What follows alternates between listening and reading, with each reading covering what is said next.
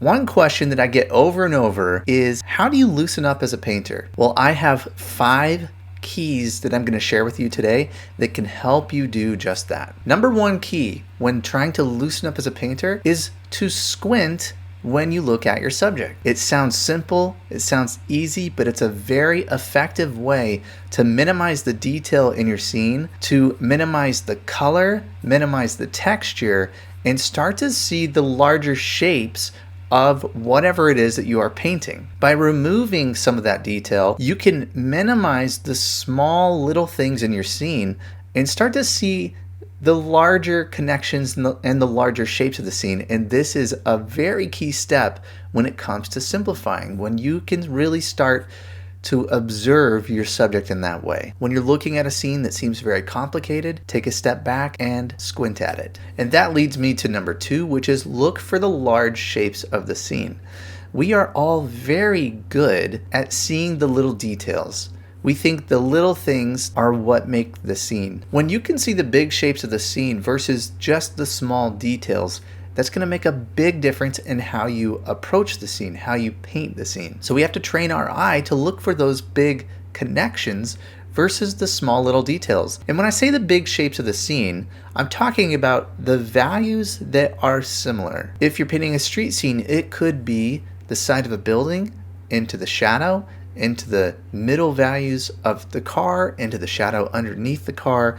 Really learning to see how all of those things are connected and see them as shapes. When you see things as shapes rather than things, you can actually paint and draw them more accurately. If you think really hard about a car, you can imagine all the little curves and all the little details because you are so familiar with that object. And so when you sit down and draw that and try to recreate that on paper, you are trying to replicate what you think it looks like rather than how it actually looks. We do this all the time. If you can train your brain to think of this thing as just another shape, it's no more important than anything else, can really help you simplify and loosen things up in your painting. The next key is that we want to focus on the simple statement of the scene.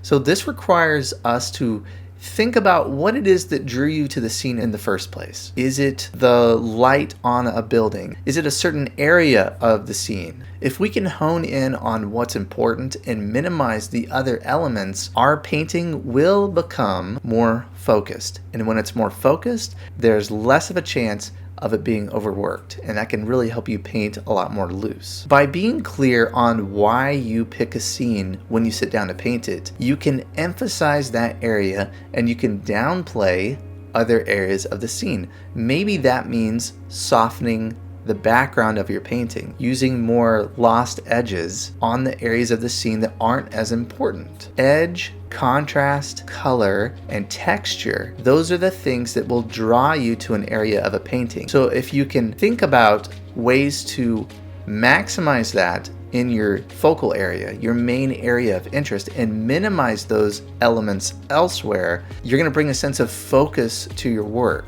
and that's going to help you loosen up as a painter and not worry so much about all those other details that aren't important. If we emphasize everything in our painting, we are emphasizing nothing because everything has equal value.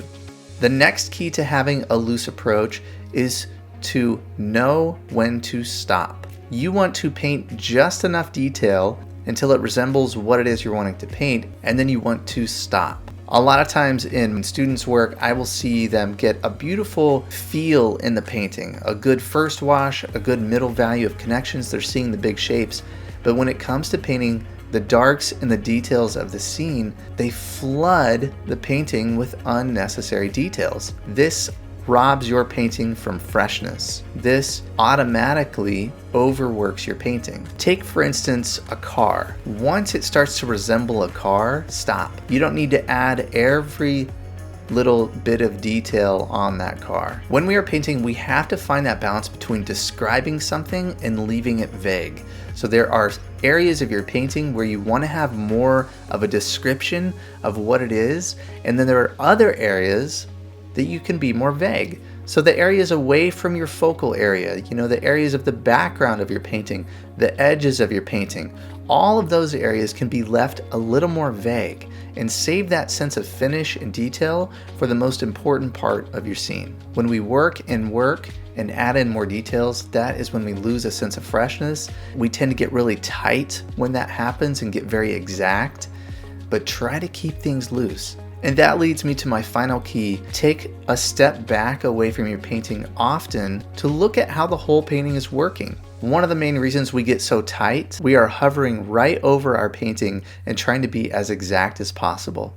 So if you can take a step back and assess your painting as a whole and get in a habit of doing that throughout the painting process, you can really become a lot more loose as a painter and not get too obsessed with perfection and details. And you also can hold your paintbrush a little further back when you paint as well. There are times when you need to hold it a little bit closer to the end and get a very fine specific mark. But a lot of times in your scene, you can hold it further back and get looser brush marks that have a lot more character and interest when you're not trying to be so specific and render things so tightly. Keep these 5 things in mind when you are painting, and your work will start to become more impressionistic. You can loosen up and work on capturing the essence of the scene without laboring too much on those small little details that make your painting feel so tightly rendered and overworked. Have you ever been really excited about a painting and you get all set up, you find that right reference that you're excited about,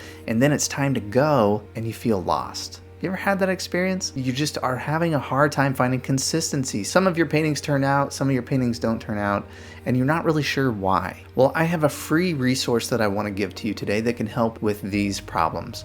My 5 steps to plan a successful watercolor painting. I walk you through the crucial planning phase of your painting that will help you understand what you're going to paint first, second, and third. The planning is really so important, especially in watercolor. This medium is harder to correct. It's so immediate. So having that plan is very important. I send you a PDF that you can download. And the great thing about this is you can have it on your phone, you could print it out, and you can take a look at these crucial planning steps before you start each painting to ensure that you're thinking through these important things as you get started.